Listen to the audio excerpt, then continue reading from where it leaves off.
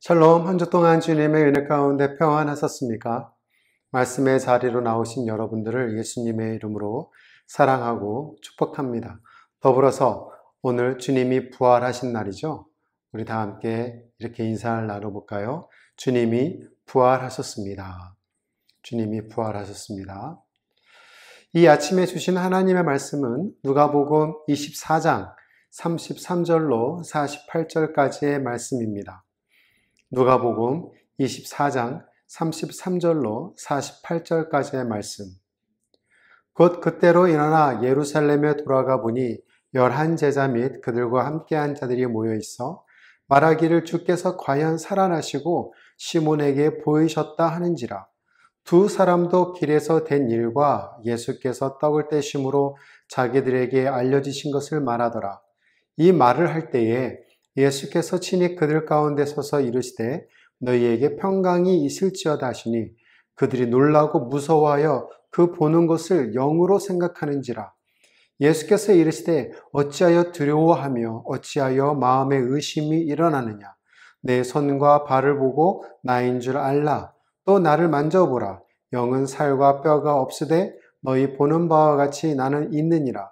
이 말씀을 하시고 손과 발을 보이시나 그들이 너무 기쁨으로 아직도 믿지 못하고 놀랍게 여길 때에 이르시되 여기 무슨 먹을 것이 있느냐 하시니 이에 구운 생선 한 토막을 드리니 받으사 그 앞에서 잡수시더라.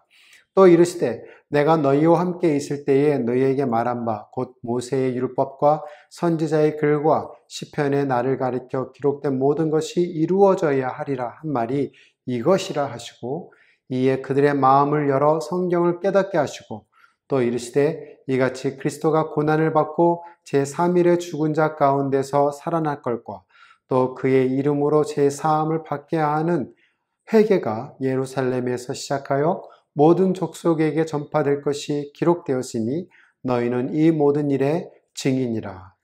오늘은 예수님께서 우리의 죄를 위하여 십자가에 죽으시고 장사된 지 사흘 만에 다시 사신 기독교 역사에서 우리의 신앙에서 가장 중요한 예수님이 부활하신 날입니다. 저는 오늘 예수 그리스도의 부활의 빛 안에서 산다는 것이 무엇을 의미하는지 생각하면서 상상력을 발휘하여 여러분의 생각과 마음과 행동을 동참하도록 요청을 드리고 싶습니다. 본문에 들어가기 전에 여러분에게 질문을 먼저 드릴게요. 부활의 빛 안에서 산다는 것은 무엇을 의미할까요? 다시 한번, 부활의 빛 안에서 산다는 것은 무엇을 의미할까요? 단순하게 부활의 소망을 가지고 신앙생활을 하는 것을 말할까요? 아니면 그리스도의 부활을 통해 거듭난 신앙인으로 사는 것일까요?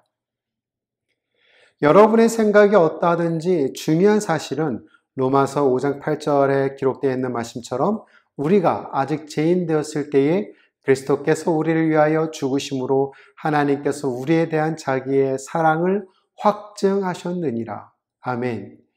이것이 하나님의 사랑, 저와 여러분을 향한 하나님의 사랑, 이 세상을 사랑하셔서 그분의 독생자 예수 그리스도를 대속의 제물로 희생케 하신 하나님의 사랑 아니겠습니까? 그 하나님의 사랑, 그 사랑의 상징 십자가, 그리스도의 죽음과 부활을 통해 여러분의 삶과 신앙이 어떻게 변화가 되셨는지 다들 경험하셨을 겁니다. 그 경험을 바탕으로 해서 그 경험이 과거이든 지금 현재이든 이제 여러분은 예수님을 따르는 무리들 가운데 있다고 상상해 보십시오. 그 무리 중에는 성인 남성들뿐만 아니라 많은 여성들도 아이들도 간혹 귀족으로 보이는 사람들까지 있었습니다. 물론 그 중에 예수님의 제자들인 12명도 있었지요. 자, 여러분은 예수님을 따라다니면서 그분의 기적을 목격했고 그분의 가르침을 들었습니다. 언제는 산에 올라가 앉으셔서 여러분들에게 가르치셨어요. 그 가르침에 고개를 갸우뚱할 수밖에 없는 비정상적인 것들도 있었습니다. 마태복음 5장 3절로 10절까지의 말씀. 심령이 가난한 자는 복이 있나니 천국이 그들의 것이며 애통하는 자는 복이 있나니 그들이 위로를 받을 것이며 온유한 자는 복이 있나니 그들이 땅을 기업으로 받을 것이며 의에 줄이고 목마른 자는 복이 있나니 그들이 배부를 것이며 궁일이 여기는 자는 복이 있나니 그들이 궁일이 여김을 받을 것이며 마음이 청결한 자는 복이 있나니 그들이 하나님을 볼 것이며 화평케 하는 자는 복이 있나니 그들이 하나님의 아들이라 일컬음을 받을 것이요 의를 위하여 박해를 받은 자는 복이 있나니 천국이 그들의 것임이라. 일반적으로 성실한 사람들이 마지막에 성공한다라고 말을 하지만 예수님께서 말씀하시기를 내 나라에서 온유한 자가 땅을 기업으로 받을 것이요 라고 말씀하셨어요. 보통은 자신감 있는 사람이 앞서갑니다 라고 말을 하지만 예수님께서는 내 나라에서는 심령이 가난한 자가 천국에 올라오는 자니라 라고 말씀하셨습니다. 일반적으로 인생의 목적은 행복입니다 라고 말을 하지만 예수님은 내 나라에서는 애통하는 자가 복이 있도다 라고 하세요. 또 사람들이 당신을 좋아하게 만들어야 합니다 라고 권면하고 위로하지만 예수님께서는 내 나라에서는 사람들이 너희를 박해할 때 너희가 복이 있다 라고 가르쳤습니다. 보통은 간음은 정말 나쁜 것이에요 라고 말을 하지만 예수님께서는 더 나아가서 내 나라에서는 음욕을 품고 보는 것도 악한 것과 같으니라 라고 말씀하셨습니다. 살인은 정말 나쁩니다 라고 말을 합니다. 그러나 예수님은 더해서 내 나라에서는 어떤 사람을 어리석은 자라고 하는 것도 나쁘다라고 가르치셨습니다. 일반적으로 이혼은 항상 선택사항입니다 라고 말을 하지만 예수님께서는 나의 왕국에서 결혼은 영구적인 결함이며 이혼은 극단적인 경우의 최후의 수단이라고 말씀하셨습니다. 누군가 당신을 때리면 다시 때리십시오 라고 말을 하지만 예수님은 내 나라에서 다른 쪽밤을 돌리고 우리의 원수를 사랑하며 우리의 삶을 비참하게 만드는 그 사람을 위해 기도하라고 가르쳤습니다. 군중 속에 있는 여러분도 그들도 예수님의 가르침에 대해 궁금해 했을 것입니다. 그럼 우리가 어떤 삶을 살아야 합니까? 이런 동일한 궁금증을 가지고 예수님을 따라다녔습니다. 그러면서 예수님은 상한 사람을 치유하셨을 때 여러분은 그분의 연민을 보셨어요. 정죄받은 사람들에게 희망을 주셨을 때 옆에 계셨습니다. 귀신 눌려있던 자들을 자유케 하신 것을 여러분이 보셨어요. 그러는 동안 여러분은 천천히 하나님의 능력을 깨닫게 되었습니다. 그런데 어느 날 갑자기 예수님이 하나님의 아들이시라고 얘기하시고 그가 하나님이라고 말씀하시기 시작하셨어요. 이 말을 들은 몇몇 사람들은 신성모독이라고 생각하고 예수님을 따르는 것을 포기했습니다. 요한복음 6장 51절 상반절에 나는 하늘에서 내려온 살아있는 떡이니 사람이 이 떡을 먹으면 영생하리라. 53절 하반절에 인자의 살을 먹지 아니하고 인자의 피를 마시지 아니하면 너희 속에 생명이 없느니라. 이 말을 들은 많은 회중들이 예수님을 따라 떠나고 다시 그와 함께 다니지 아니했습니다. 사실 요한복음 6장 66절에 보면 예수님께서 처음으로 성찬을 가르치신 후 그때부터 그의 제자 중에서 많은 사람이 떠나가고 다시 그와 함께 다니지 아니하더라 라고 기록을 했어요. 그 와중에도 여러분은 남은 제자들 가운데 계속해서 예수님을 신뢰했고 그분의 가르침을 완전히 이해하지 못했지만 이해하려고 노력했고 그분을 계속 따라다녔습니다. 제자로서 말이죠. 그런데 갑자기 지난주 15일 금요일에 놀랍고 무서운 일이 발생을 했어요. 여러분이 선생님이라고 부르고 하나님의 아들이라고 믿었던 예수 그리스도가 가짜 혐의에 연루되어서 두들겨 맞고 조롱당하고 심지어 그 잔인한 십자가에서 처형을 당했습니다. 이 광경을 목도했던지 아니면 소식을 들었던지 예수님께서 말씀하신 하나님의 나라, 가난한 자와 약한 자에게 권세가 주어지고 어린아이에게 존엄이 주며 학대받는 여자 대신 존귀하게 여기는 상상 속에서 세워진 하나님의 나라, 이런 삶의 방식이 예수님께서 십자가에 돌아가신 것처럼 여러분 마음속에 그려진 하나님의 나라도 점차 죽기 시작했을 것입니다. 여러분은 몹시 혼란스럽고 속상하고 화가 났을 것이에요. 여러분의 인생 중 3년을 그냥 낭비하고 있진 않았을까 하는 생각을 했을 것입니다. 어떻게 생각해야 할지, 어떻게 행동해야 할지 몰랐을 것이에요. 그런데 며칠 후 아주 이상한 일이 일어났다는 소식이 새어나오기 시작했습니다. 사람들이 말하기 시작했어요. 예수님께서 살아나셨습니다. 그는 죽지 않았습니다. 무덤을 봉인한 큰 돌이 굴려져 있고 무덤의 옷은 가지런히 접혀 있었습니다.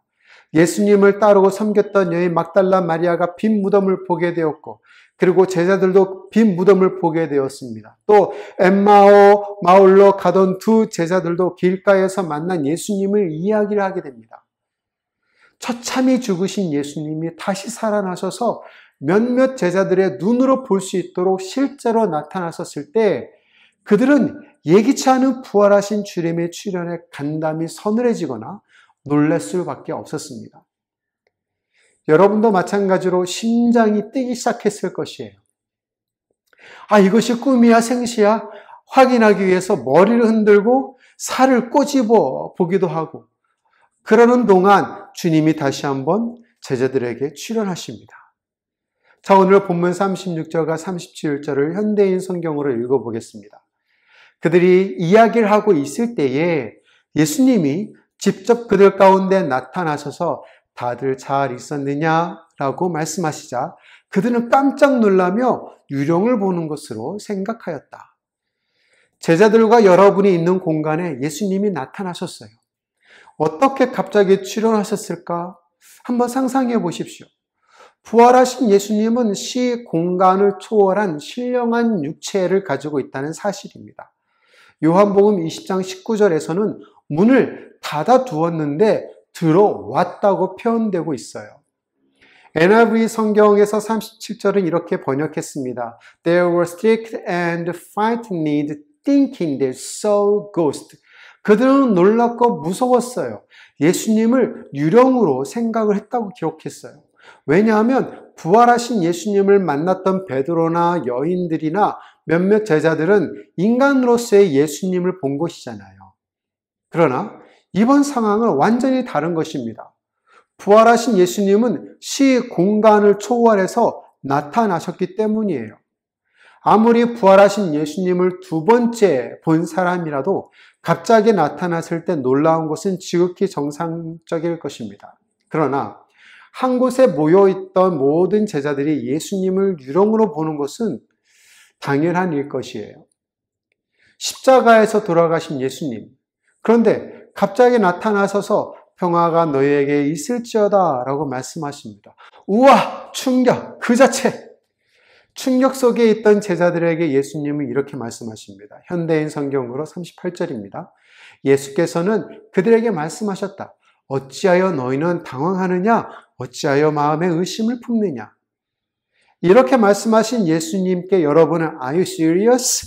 라고 반문할 수 있을 거예요. 정말 이상한 일이 벌어지고 있다고 생각하지 않을 사람이 누가 있겠습니까? 예수님께서 여러분과 제자들이 모여있는 바로 그 자리에 서 계신 거예요. 바로 여러분 앞에.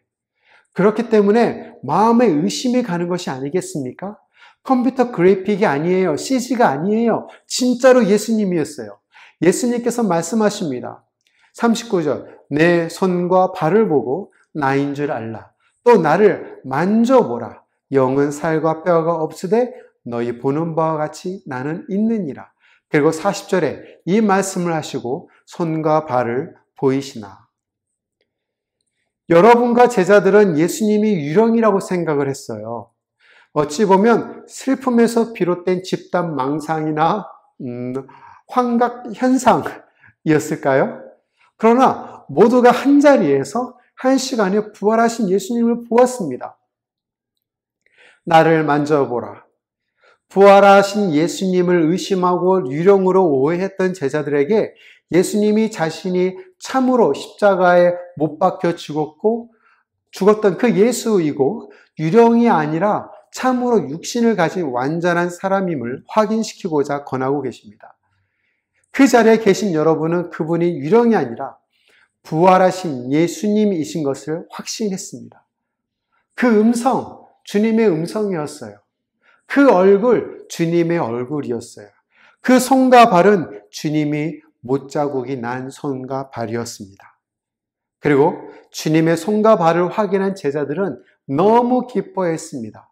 41절 상반절에 그들이 너무 기쁨으로 아직도 믿지 못하고 놀랍게 여길 때에 이제 제자들과 여러분은 의심과 두려움의 고개를 넘어서 기쁨과 놀라움 속에 예수님 앞에 서 있습니다. 그런 그들에게 예수님은 여기에 먹을 것 없느냐고 물어보셔요.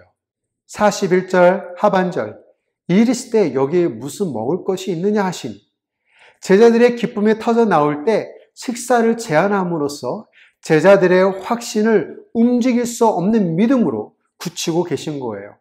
자, 여기에서 지금 여러분 앞에 무슨 일이 일어나고 있는 거예요? 예수님이 진짜시네? 죽지 않으셨고 말씀대로 다시 살아나셨어. 봐봐, 지금 음식도 드시고 계시잖아. 42절, 43절 이에 구운 생선 한 토막을 드리니 받으사 그 앞에서 잡수시더라. 이분이 예수님이십니다. 부활하신 예수님이셔요. 제자들은 예수님이 십자가에서 죽으셨다는 사실을 잘 알고 있었습니다. 그러나 지금 그 저주받은 십자가에서 죽임을 당한 주님이 제자들과 함께 계십니다. 이어서 예수님은 식사를 마치신 후 마지막 가르침이 언급이 돼요. 현대인 성경으로 44절, 45절입니다. 그리고서 예수님은 그들에게 내가 너희와 함께 있을 때 모세의 율법책과 예언서와 시편에서 나에 대하여 기록된 모든 것이 이루어져야 한다고 너희에게 말한 것이 바로 이것이다 하시고 그들의 마음을 열어 성경을 깨닫게 하시고 예수님은 제자들에게 말했던 고난과 죽음 그리고 부활에 대한 예고를 상기시키시면서 자신의 죽음과 부활이 예언의 성취임을 언급하셨습니다. 그리고 그들의 마음을 열어 구원사적 사건임을 깨닫게 하셨어요. 제자들은 3년 동안 예수님을 따라다니면서 그분의 교훈과 행동에 대해 늘 깨닫지 못했습니다. 그들은 이전에 이 모든 것을 여러 번 들었어요. 그런데 부활하신 예수님을 만남을 통해 비로소 성경의 예언이 뜻하는 바를 이해할 수 있게 되었습니다. 예수님의 삶, 죽음, 그리고 부활을 이해하게 되는 극적인 순간을 맞게 된 것이에요. 이어서 예수님께서 제자들 앞에 나타나신 목적에 대해 말씀하고 계십니다. 46절 또 이르시되 이같이 그리스도가 고난을 받고 제3일에 죽은 자 가운데서 살아날 것과 또 그의 이름으로 제4함을 받게 하는 회개가 예루살렘에서 시작하여 모든 족속에게 전파될 것이 기록되었으니 이것이 예수님에 대한 메시지의 핵심입니다. 복음이 예루살렘에서부터 전 세계를 향해 확장 선포되어야 함을 선언하고 계신 것입니다. 우리는 이것을 지상 대명령이라고 말을 합니다. 그런데 왜 제자들일까요? 왜 예수님은 그들에게 이렇게 말씀하셨을까요? 48절에서 그분은 우리에게 그 이유를 말씀하십니다. 너희는 이 모든 일의 증인이라. You are witnesses of these things. 그들은 예수님의 삶, 즉 고난과 죽음과 부활을 목격했습니다. 예수님의 공생애와 부활의 의미를 성경의 근거로 깨달았습니다. 눈이 열렸고 마음이 열리게 되었기 때문입니다.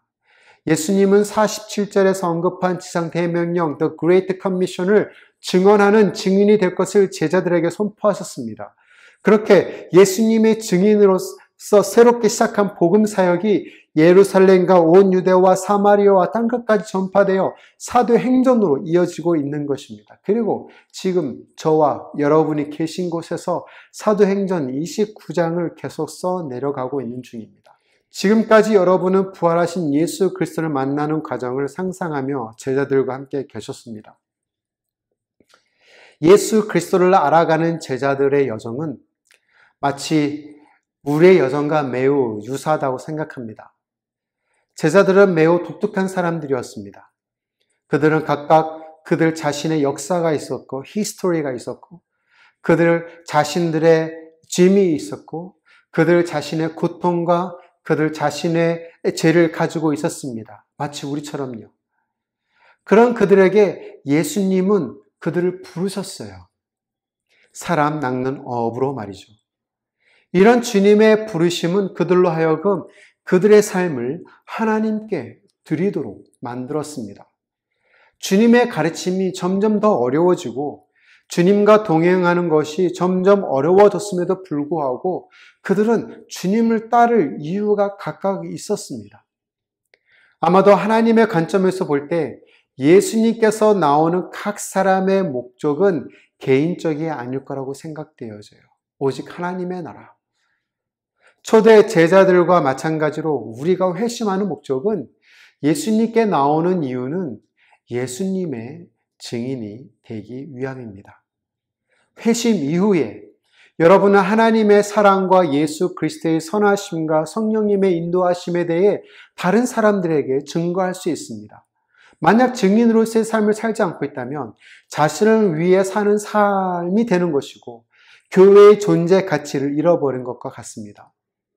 오늘의 본문은 아니지만 중요한 한 구절을 연결하겠습니다. 현대인 성경으로 49절인데요. 내 아버지께서 약속하신 성령을 내가 너희에게 보내겠다. 그러나 너희는 위에서 오는 능력을 받을 때까지 예루살렘에 머물러 있거라. 복음의 증인이 되기 위해서 주님의 약속을 끝까지 신뢰하셔야 합니다. 성령님을 약속하셨습니다. 그 성령님의 능력을 힘입어 증인으로서 활동할 수 있습니다. 주님께서 예루살렘에서 기다리라고 말씀하신 이유는 47절에서 언급했듯이 복음 전파, 선교 활동이 사도행전 1장 8절에 기록된 것처럼 예루살렘에서부터 시작해서 이방 세계로 확장되어 나감을 이루게 하기 위함이었습니다. 사도행전 1장 8절 말씀, 오직 성령이 너에게 임하시면 너희가 권능을 받고 예루살렘과 온 유대와 사마리아와 땅끝까지 이르러 내 증인이 되리라 하시니라. 아멘. 예수님은 여러분 모두가 위로부터 오는 성령의 능력으로 살기를 원하십니다. 그리고 여러분은 이미 하나님께서 성령님을 보내주신 것을 알고 계세요. 사도행전의 기록처럼 제자들은 성령으로 충만했고 그 결과 그들과 그 지역사회의 복음이 전파되어진 곳들이 변화되었고 그곳에 교회들이 세워졌습니다. 이전에 그들은 겁에 질려 예수님을 배반하거나 모른다고 부인했지만 또한 쉽게 낙심하고 제자로서의 개인적인 대가를 두려워했습니다. 하지만 성령님이 임하신 후에 그들은 새로운 사람들이 되었습니다. 담대하고 확신에 차서 그들이 예수님 안에서 보고 경험한 것을 증거하기로 굳게 결심했어요. 그들은 많은 사람들이 예수님의 이야기를 듣고 많은 사람들이 복음을 듣게 하기 위해 필요하다면 기꺼이 죽고자 하는 사람들이 되었습니다. 그들은 복음의 메시지의 중요성에 대해 두려워하지 않았기 때문에 복음이 전파가 되었고 교회가 성장했고 지금도 계속 성장하고 있습니다. 예수님은 그러한 능력의 비밀을 49절에서 밝히고 계신 거예요. 그들은 위로부터 능력이 그들에게 임할 때까지 예루살렘에서 기다려야만 했습니다. 그들은 하나님의 때를 기다려야만 했습니다. 그들은 이미 이때까지 예수님으로부터 받은 사명을 위해 마음의 준비를 해야 했습니다. 기다리는 것이 시간 낭비처럼 느껴질 때가 있어요. 그러나 준비가 없는 행동은 종종 실패하는 것이 사실입니다. 하나님을 기다릴 때가 있고 하나님을 위해 일할 때가 있고 예수님께 가까이 나아가고 그분이 우리를 부르시는 대로 살 때 주님이 원하시는 일을 위해 우리를 자신을 준비시키셔야 합니다. 우리는 하루하루 속에서 매일의 선택을 통해 작은 일에 하나님의 신뢰를 받아 더 큰 일에 신뢰할 만한 사람으로 성장해야 합니다. 그 일을 위해 오늘도 성령님은 우리 가운데 지금도 운행하시며 인도하시고 역사하고 계십니다. 다시 질문을 드릴게요.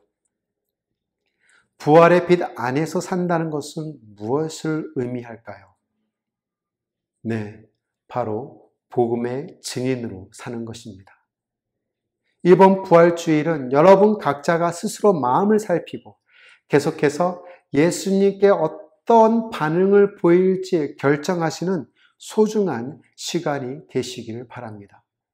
우리 누가복음 4장 18절로 19절 다 함께 읽도록 하겠습니다. 주의 성령이 내게 임하셨으니 이는 가난한 자에게 복음을 전하게 하시려고 내게 기름을 부으시고 나를 보내사 포로된 자에게 자유를, 눈먼 자에게 다시 보게 함을 전파하며 눌린 자를 자유롭게 하고 주의 은혜의 해를 전파하게 하려 하심이라 하였더라. 아멘.